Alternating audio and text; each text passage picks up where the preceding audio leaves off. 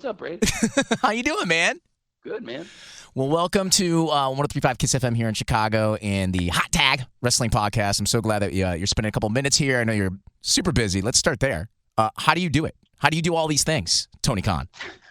Well, I love pro wrestling. I love football, and thankfully I get to work in sports that I love, and it makes it pretty fun juggling work all the time. So do you split your days in half? Do you have a set schedule, or is every day different?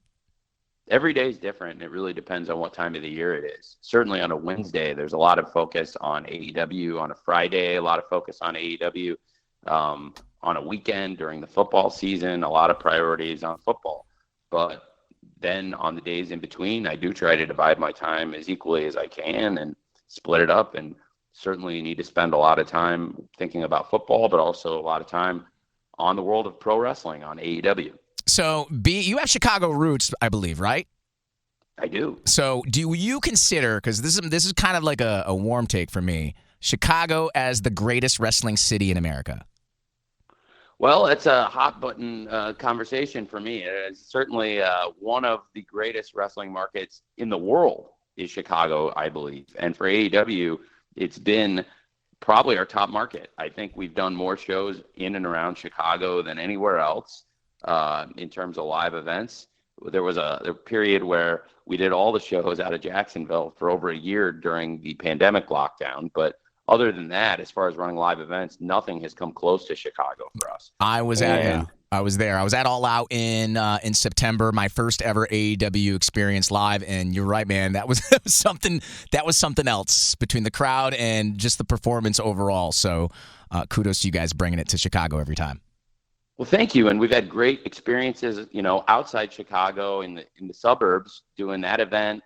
A lot of my friends from school live out there, up around Hoffman Estates, Schaumburg area.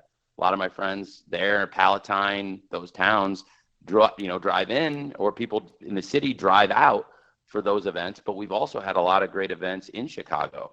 Forbidden Door earlier this year at the United Center. We've done Dynamite at Wintrust Arena. So absolutely a lot of great markets within the Chicago market itself. It's such a big market. I think there's a lot of great venues and places to run wrestling. Now, speaking of Dynamite, big one tomorrow night, I think this like one of your first times in Seattle, right? This is the very first time we've ever done AEW in Seattle this week, Wednesday Night Dynamite, making our debut. It's also the debut of a new set, a new look, and a new era in AEW. So it's going to be a really big show, Wednesday Night Dynamite, 7 p.m. Central on TBS this week. That's so exciting. And I just want to congratulate you on kind of being what, me and my friends as wrestling fans, we've been clamoring for so many years to, bring some competition, bring a big promotion to the table and to the forefront. So I want to congratulate you and thank you for that, because that's a big deal.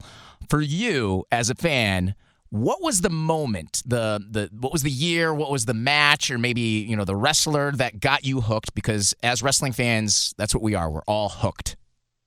Well, it was a process. The first thing I ever saw in wrestling, I saw wrestlers outside of wrestling, and it made me want to watch more of it.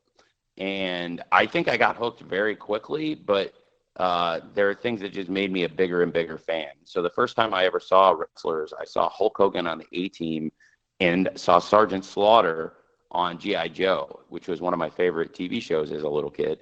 And then I saw that they also wrestled, Sergeant Slaughter and Hulk Hogan, and started following them. And then I realized there's multiple wrestling promotions at that time. Like you said, there was more competition before the sport became a bit more of a monopoly for 20 years. And really it was watching WCW wrestlers that work with us now. Dustin Rhodes and Sting were two of my favorite wrestlers as a kid. So amazing that they've continued their careers. It's been over 30 years I've been watching them, and they're still, both of them, Dustin and Sting, wrestling at such a high level today in AEW. They're also great mentors to the youngest wrestlers here around AEW. That's got to be so surreal for you, just to have been watching as a kid, and now these guys you're signing their paychecks.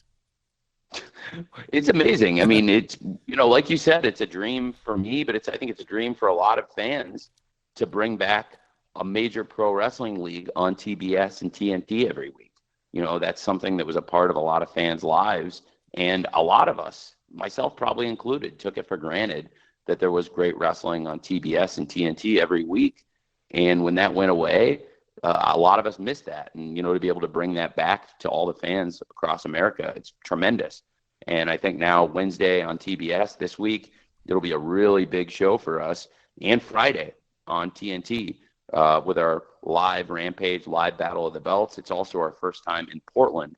So this week we're making 2 debuts and should be 2 big nights of wrestling.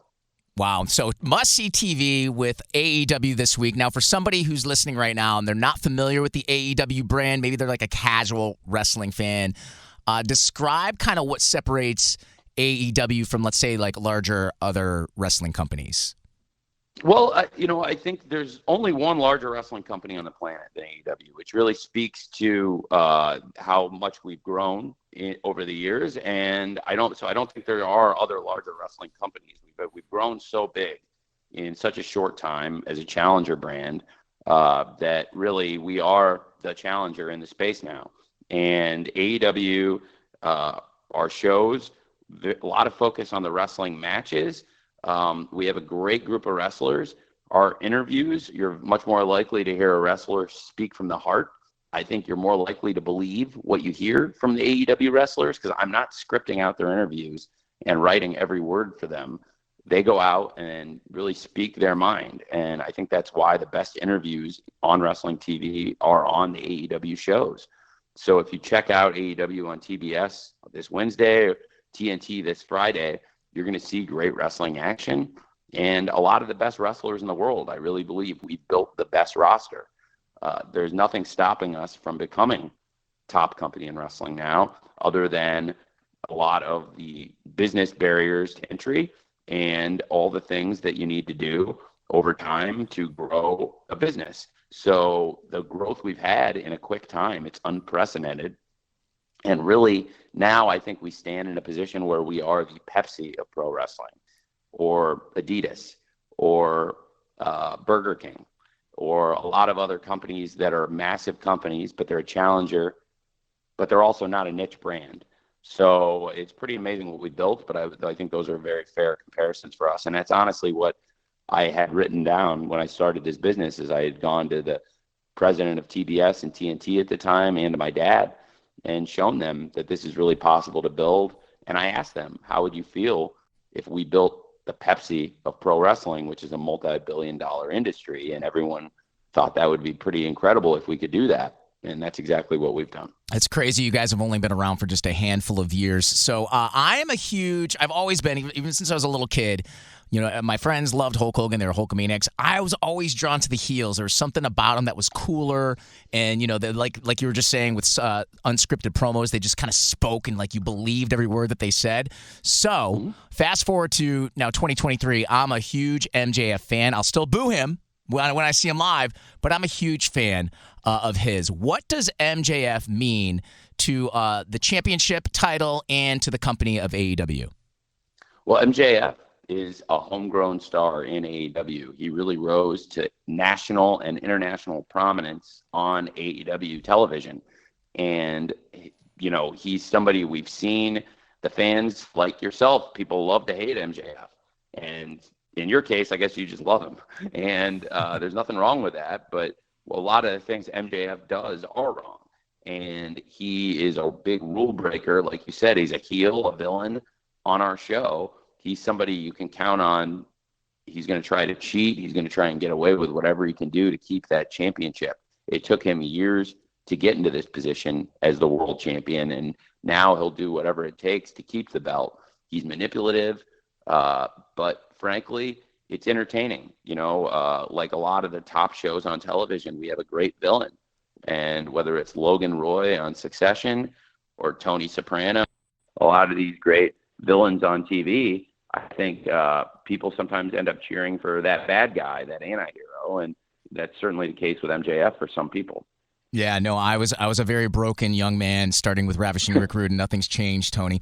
A couple more questions. I know you're super busy, and I really appreciate the time here. First one is dream match of any era, because you do a lot of the booking. That's part of your job title as president and owner.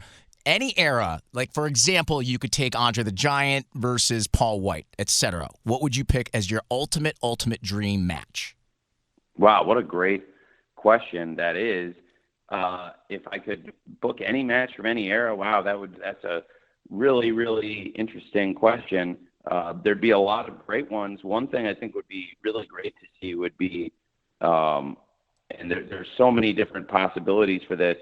I think in their primes, it's hard to imagine a better wrestling match for me than Bryan Danielson versus the Macho Man Randy Savage. Wow. I think that would be tremendous. I think Bryan Danielson against Ricky Steamboat would be great too, both of them in their primes. But those are probably two of my favorite matches I could imagine. I got chills. Just you fantasy booking just right now.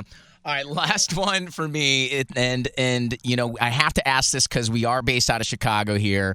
CM Punk. When was the last time you guys spoke, and what did you guys chat about? I'd rather not talk about that. I appreciate you asking.